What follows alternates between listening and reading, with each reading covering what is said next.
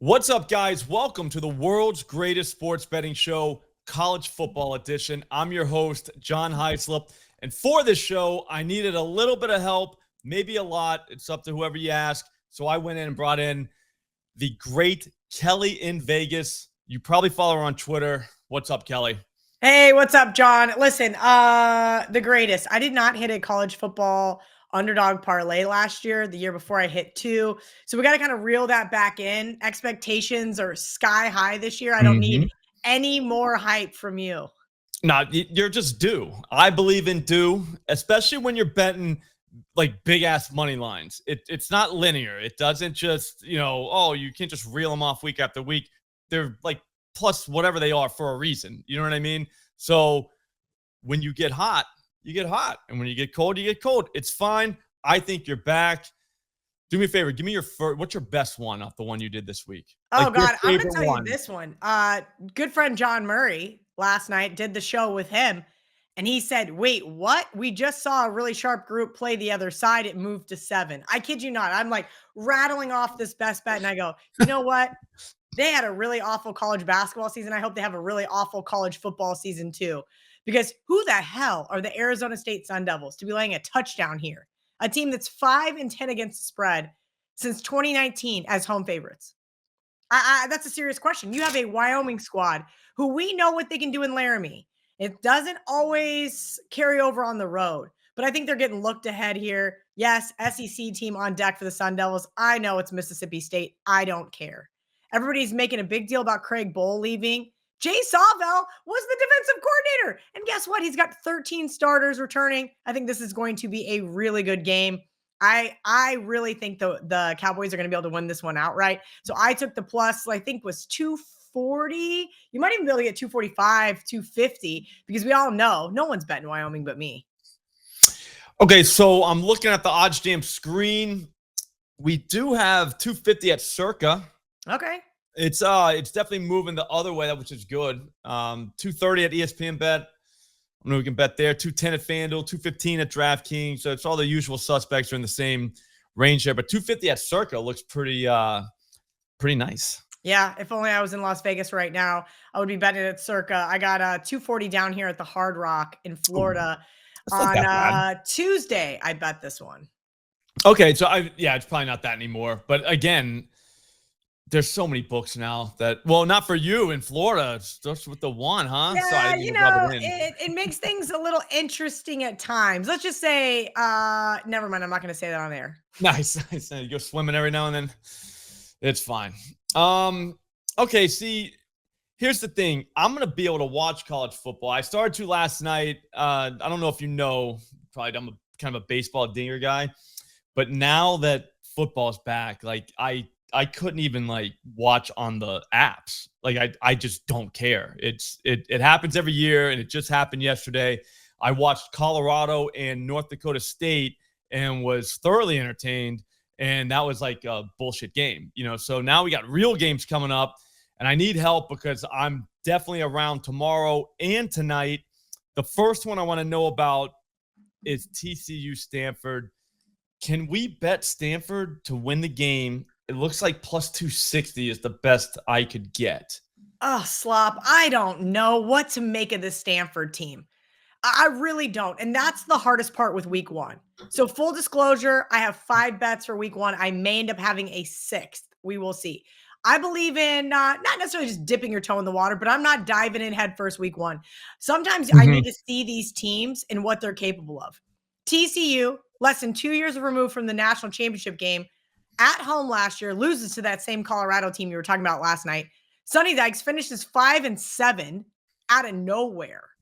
Now he's got the 24 ranked portal class. He's got a bunch of 4-star players. He lost his offensive coordinator, Garrett Riley, to Clemson, but he does have a new guy coming in. It's always nice to get some new blood in there. On the flip side, you've got the Cardinal, who is number 2 in the country in returning talent, 17 starters returning.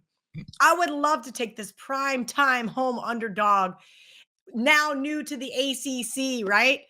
Maybe they're going to hopefully get revived, but they have a really tough schedule this year. 9 of their 10 games finishing off the season were bowl teams last year. TCU's not one of them, but they were close enough. I think TCU, Stanford looks to be a track meet on paper. I think a lot of people are expecting both offenses to be better. I think we go the opposite way. I think we buck that trend. Stanford has been one of the best under teams in the country for damn near a decade. Let's give me the under. Yeah, see, I can't do that though. You I can't watch an I under? I can't go under. Especially How I'm about this? watching it. How It's about this? Friday night, 10:30. You know what I'm saying? Like that's That's not why under it's time. perfect. Then you can go to bed. Yeah, Like no, that's it's fine. snooze I fest. do that You just too. like did I wake up and then you wake up on your couch at 1 a.m. and you go, Did I holy shit, win? it stayed under. Yeah, possibly. I guess an under in college football is about as exciting. Maybe college basketball, as far as unders can be. Those are probably the most like, get your heart rate going. Like you College might be home with basketball type unders thoughts. are going to end my life at least 20 years early. Yeah. Oh yeah. Yeah. Because of unders, and that's why I don't watch them. But let me see the points real quick. Let me see. It was moving. It went down and then it went back up. It did. It This got game. some So it's buyback like, all right. So early on yesterday. what's really happening here? Looks like Stanford, 59.5 is pretty much everywhere. 60 at Pinnacle. Do you ever think Whoa. about that? Like when Pinnacle has a number higher than literally everyone Oh, else. What do you think about listen, that?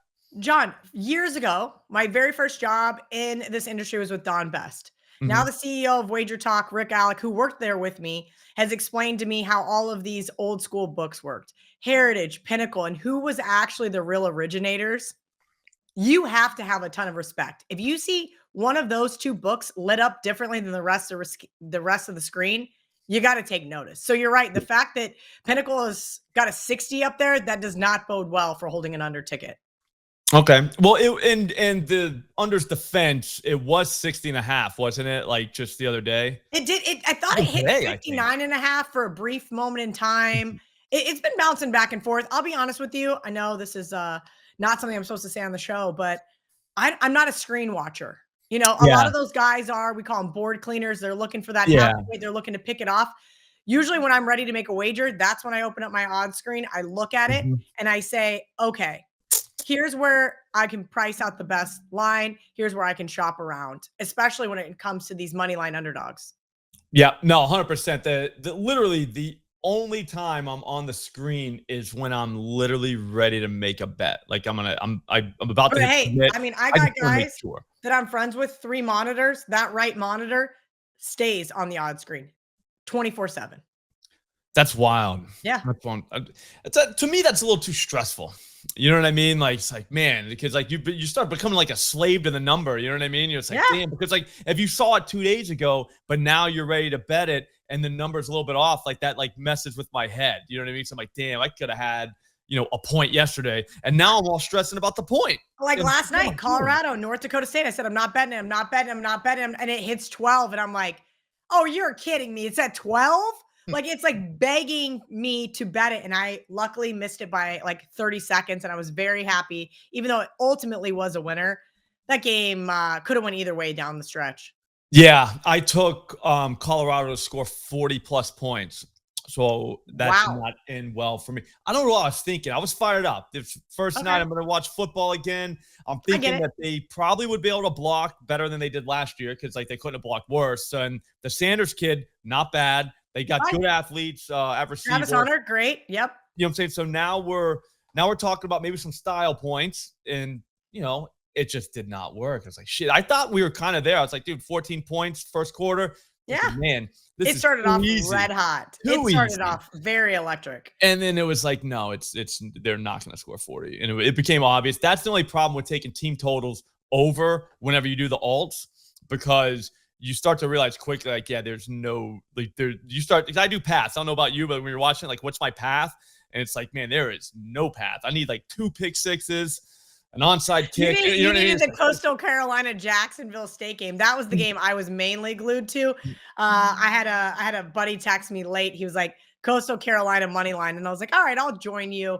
And it was like no doubt, because there was a fumble, then there was a pick six, then there was pretty much a fumble six, even though he didn't get in the end zone. They punched it in on the next play. Those are the types of games that just the wheels start to fall off. But I never once had Coastal Carolina in doubt because Jacksonville State couldn't get out of their own way.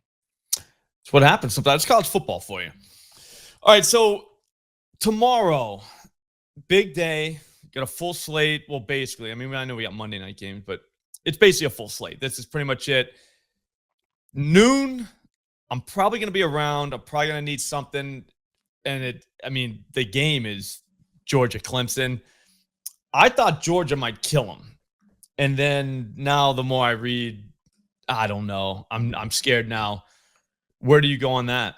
So I'm going to tell you on this. The other day I did a show. I said, look, I lean Clemson. Here's why. Now the line's coming down. We're seeing 11.5. 11 probably is going to start popping up soon. Here's my play on this game. I'm not going to the window with my hard-earned money, but I'm going to take the stale line in some of the contests that I'm in college football-wise with the 13.5. Okay. And the reality is this. You have a Georgia team that, by all means, should return to the national championship. Yes, last year, we can all look back and saw what happened to a shorthanded FSU team where everybody opted out to play and Georgia just ran all over them. But you've got Carson back. This kid's flying around on private jets, trying to make a Heisman run. You've got the Athens Police Department, who's been very busy this offseason. I'm not sure that Georgia's really locked in here against a Dabo Swinney who admittedly does not want to use the transfer portal whatsoever to pick up players, even though his college has so much money. He's covered 6 straight as a double-digit underdog. I don't know if they can win this game outright. But look, last time these two played, 2021, they didn't score a single offensive touchdown. I don't think this is going to be an exciting game. I don't think this is going to be a fun game. I think you can get 2 touchdowns in the contest line at 13.5 with the Tigers. I think that's worth the play. Again, I'm not betting this game with my hard-earned money. Yeah, the best you can do now would be 12.5 at a FanDuel or BetMGM. Okay. BetMGM is generally a lagger. Yeah. So if they're higher, probably the way to go would be the lower number, which I don't want to do now because I know there could have been 13.5, and that always sucks to have 11.5 or even 12.5 when you. And that's how I feel about West Virginia. I did end up ultimately getting to the window with West Virginia, but man, I waited entirely too long to bet that game. Can they beat Penn State? I hope so. We're going to find out. Look, I think there's a lot of things that go into this number. More importantly, I want to know what I'm going to get from Neil Brown. Neil Brown kind of frustrates me from time to time. He can be, I don't know.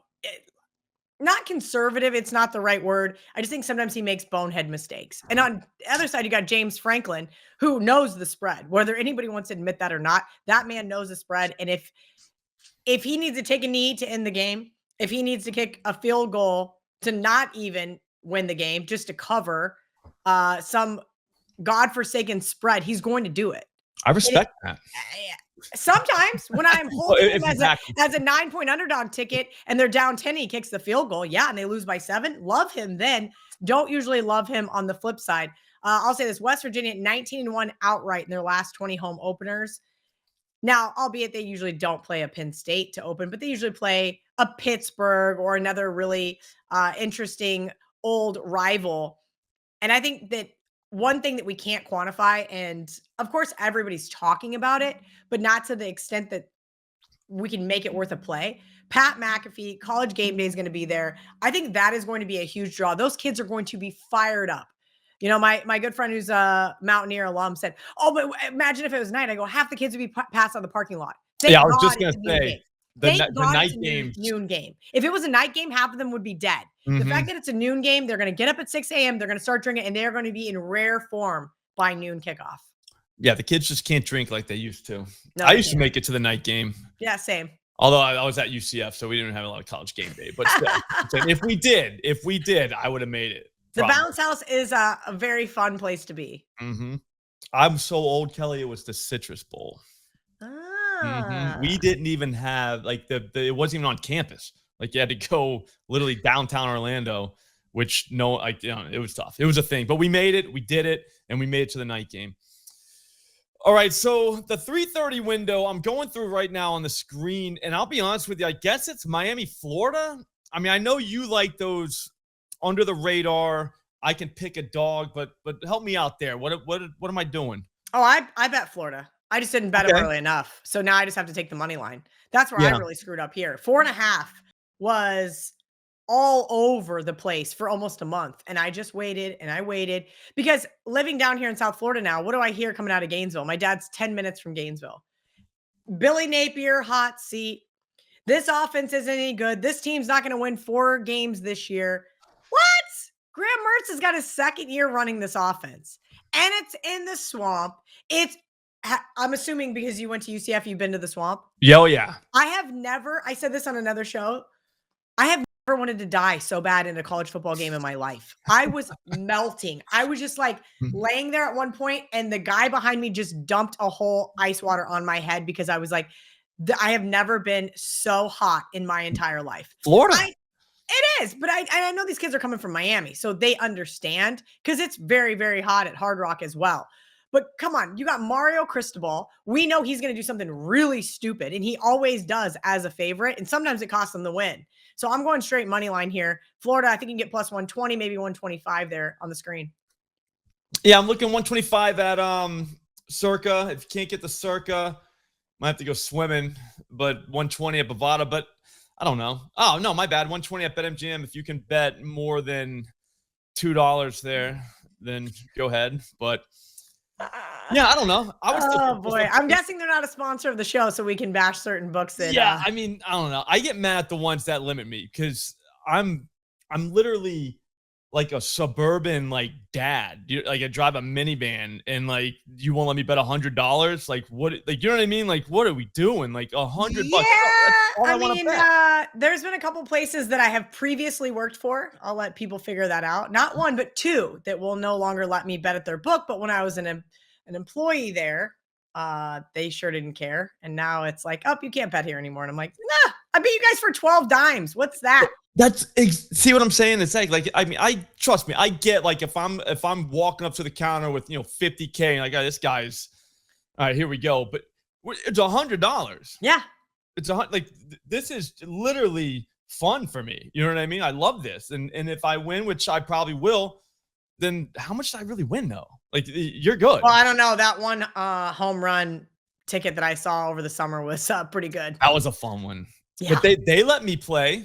Of course they do. Shout out FanDuel. The only thing is though, since I only do 100, whenever you put in $1.50, you'll get the red numbers. And so I never noticed that you're limited because dude, give me $100. But I think you're not the only one that's limited to that, right? No. For example, a couple of the places that will take my parlay, they limit people to $100 on my specific parlay. Okay. And they've told me that, hey, if people do this combination, they're going to be limited. Yeah, no, it makes sense. But if they walked up and went over the counter, they would let people take $1,000. It's the difference between the counter limits and the app limits. And I think that's something that Circa does really well. Westgate in Las Vegas does really well at the Superbook. Hey, you know what? We're only going to take this over the app, but you are welcome to come down here with a stack of cash and we will take your wager. That makes sense. I mean, I don't see why not. I mean, also too, they can't really how are they going to figure out who the hell you are, early on at least. Yeah. At the counter. All right, so I made it through 3:30. Probably counting cash now. It's 7. It's prime time, if you know what I mean. I need help. I need to get through any marquee game during that time that's going to be on television. And then is there any West Coast after that? So give me the 7. And do we even have anything? I'm looking. Hang on. The West Coast is really that Wyoming, Arizona State game I told you about. Yep. I'll say this. I think Notre Dame, Texas A&M is going to be an awesome game. I'm not betting it. Okay. I don't like either coach. I don't like either team. I don't like either offensive coordinator. I don't like either offense. Yeah, you don't like anything about them, huh? That'd be the game. I just bet the under and turn the TV off. But I'll say this: there's a game that's going to be really interesting. We've seen this number come down quite a bit, so I didn't end up betting it. But something from we'll call it a situational perspective, and this could actually go for the inverse for the Texas Longhorns playing Colorado State, but Fresno State catching 21 at Michigan. Michigan is horrendous when they pay these kids to come to town. Last year, if you remember the 3 teams they paid to come to town, they went 0-3 against the spread. Don't get me wrong, they won a national championship. They might have been cheating or not, allegedly. But regardless, when they pay kids to come to town, they don't cover spreads. ECU, UNLV, Fresno State getting 21. Lots of love with Texas on deck. You can make the same argument. That one's come down a lot. You can make the same argument for Colorado State versus Texas as well. Okay, so are you saying I'm doing Fresno State plus 21? It looks like. I'm saying if you need some action for the night game. Yeah, you got to have it. We're a little late to the party, admittedly, right? But this one's come down, but sitting on 21, we know 21 is a key number in college football. I don't know if it drops below that. It very well could, but that's just something to look at from a situational perspective. And a lot of the sharp guys that I know are like, Kelly, stop situationally handicapping. I'm like, listen, if the situation fits and the math fits, why not? Yeah, no, 100%. And also, too, this is a night game with Michigan, so that number could actually go up. Okay. You know what I mean? At the same time, we don't know where it's going to go, obviously, but at the same time, if you wanted to talk yourself into where the number's going to go, it could go up for that. I mean, you got a bunch of people that are in the same boat I'm in that need something to do. Well, they're probably going to go Michigan there. Yeah, they're going to bet last year's national championship winner. But I mean, God, this team has just been absolutely battered in the media over the last year. They can't wait for this new season to start. Unfortunately for them, it doesn't start till next week. Plus, Bulldogs, head coach Jeff Tedford stepped down. If you guys forget that, he was sick in July and said, "Okay, I'm done." Now they have Tom Skipper, who, hey, he did pretty good for them in the bowl game against New Mexico State. We'll see. We'll see if Michigan just doesn't show much of their playbook. Sharon Moore, I don't know what we're going to get from him. We'll see. Yeah, I watched that Netflix special. I haven't got there yet. You should check it out. Is it good? It was very good. It was really So did they cheat? I think they did, but I don't want to say it. Okay. I like the Connor. I'm Team Connor on that. After that, you're Team Connor. You think Connor took the bullet for Harbaugh? Maybe. Okay. Maybe. I think that the question was whether they were videoing the other sidelines, whatever. I think that kid was probably good enough to not have to do that. Does that make sense? Because he walks you through how he was getting the signs while he was on the sidelines, which is totally legal. So he was a sharp kid. He's very smart. He's very regimented. And you're like, wow, man, this is like Rain Man of stealing signs. This guy's crazy good.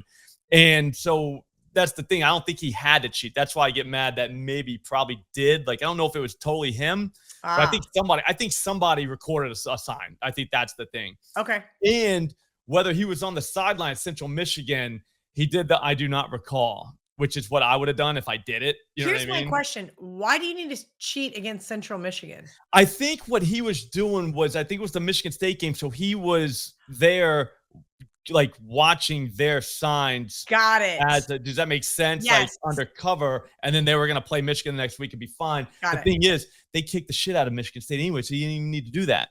I think Michigan State loses tonight to FAU. Ooh, okay. Okay. Whoa. Let me pull that up on the screen real quick before we go. Whoa. What do we have, 14? All right, so number-wise, it looks like 13.5 at BetMGM, so it fits my profile of BetMGM's behind everyone else, so the line move is correct. That's tasty. They're not. You think they're gonna win? Look, I think that they're worth throwing $100 on the money line. If you're a dime better, let's say you're throwing $1,000 on FAU plus 14, 13.5. Why not throw 10% on the money line just for fun? Yeah, no. Look, Sparty's defense, we know exactly what we're going to get from them. They're going to play that smash mouth ball like they always have. Now you have Jonathan Smith, who was great as an underdog for me in particular at Oregon State. So you're not going to get any slander, but he inherited all of those issues in East Lansing and all the Mel Tucker drama. I mean, I know they want to move forward from it, but it's not going to be this year. And you've got Tom Herman as an underdog, somebody who is a Big 12 girl, if you will. If you remember Tom Herman as an underdog in Austin, well, guess what? Tom Herman as an underdog at Florida Atlantic, 7-1 against the spread as a double-digit dog. He's been really great for me. I don't know if they can win this game outright. Sparty's defense may come up for him big late, but I definitely think this is too many points. Okay, so it looks like we can get 13.5, well, 12.5, because there's no chance you can get it at BetMGM. But I don't know, I'd be willing to do that. That is before everything, too. So that kind of kicks off my weekend, Kelly. I'm actually going to cap it off because that'll give me Florida Atlantic plus 13, we'll call it, at Caesars, who does not limit So thank you. Shout out to you guys. Then we go with I don't know for Stanford later on tonight. Nah, I think we go under. I think you just Under. you have a couple beers, you fall asleep on the couch, your wife yells at you because you haven't came to bed. It's like 1 a.m. You look at the final score and you're like, all right, I can go to bed now. That happens more than I like to admit. But yeah, it looks like under 59.5. It's minus 110 also at Caesars. So there's that. And then after that, we go to noon tomorrow. I'm on Clemson then, huh? I'm on Clemson in the contest. Okay, I really yeah. am. I'm going to take the stale number there. Again, oh boy, this team, I really hope Dabo can bring them back to relevancy. And keeping it close here with Georgia would do that for the season. Nobody's expecting them to win this game. Yep. So 12.5 at FanDuel's the best number available there. Looks like everyone's at 11.5. So that looks like something I'd have to do now. Like, yes. Because you're wake up tomorrow and that's not going to be anywhere. And then the other game was Miami, Florida, and we went Florida. Looks like 2.5 now, so we'd go money line. That's what we said. Yeah, I'm going money line. Yeah, that just makes sense. And then when the game they lose 21-20, everybody can tell me what I'm an idiot for not taking the 2.5. Yeah, no, that's what happened. I told Matt Modi last night about North Carolina. I was like, dude, just go 2.5. Don't be soft. Yeah, it's like, dude, it's never gonna land on 2. No. Yeah, it landed on 2. They should have lost the game outright. How about that kicking for losers moment? Wow. Yeah. I woke up to that and I was like, ooh, ow, that poor kid. Yeah, well, it happens. What are we gonna do? All right, and then the nighttime was the Arizona State. That's late. Late. That's the West Coast. That's the West Coast. You've been drinking all day, eating terrible food on the couch game. Yeah, that's a tough one. I'll still be awake somehow, I'm pretty sure. All right, and then what do we say about Notre Dame? I said I like the under. I think it's going to be. I think it's going to be a really low scoring game. I think it's going to be smash mouth. Like I said, I'm not impressed with either offensive coordinator. We'll see how they play out, but it looks totally like a, I don't know, 21-17, 24-21. Like, yeah. Now I crossed that off my list already. I'm going Fresno State plus 21. That is right now. It looks like you can get that across the board. Just don't go to FanDuel. They're 20.5. It looks like everybody else is 21. So FanDuel's begging for that Michigan money, huh? Yeah, you're pretty safe there. And then the late night, Arizona State, Wyoming, and Wyoming was the move. Yep, I can't wait to wake up at 2 a.m. East Coast, see that Wyoming went outright. That's when we go money line too. Then I feel like I can do that late at night too, because once they start getting their asses kicked, you're like, all right, I'm going to bed. Or if they start winning, like you know what I mean? Like you have an easy out because it is a 10 o'clock on the East Coast game. So that's an easy, just take the money line move for me. Perfect. All right, I feel better. I thank you for coming in because, like I said, I'm gonna get crushed tomorrow if I didn't have any type of insight. Because I'll be honest with you, I've read like a couple articles in Phil Steele's magazine, and that was it. And then I went straight to NFL, but I read enough to think I knew what I was doing. Okay, which is dangerous. You know what I mean? Because I don't. Awesome. I feel good. Thanks for coming in. Where can they find you? Good luck this year, Slop. You can find me, Kelly in Vegas, on all of your social channels. You can find me on the Wager Talk YouTube channel, Kelly and Murray Show. I'm all over the place, running a bunch of college football contests on splashsports.com/Kelly in Vegas. You have until tomorrow morning to sign up. I've got 4 different contests, Survivor, ATS, lots of different price points. And there's some dead money, AKA guaranteed money, still floating around there for those who like to be a little more advantageous. I like it. Well, thanks again. We'll talk soon. Good luck, everybody. Thanks for listening.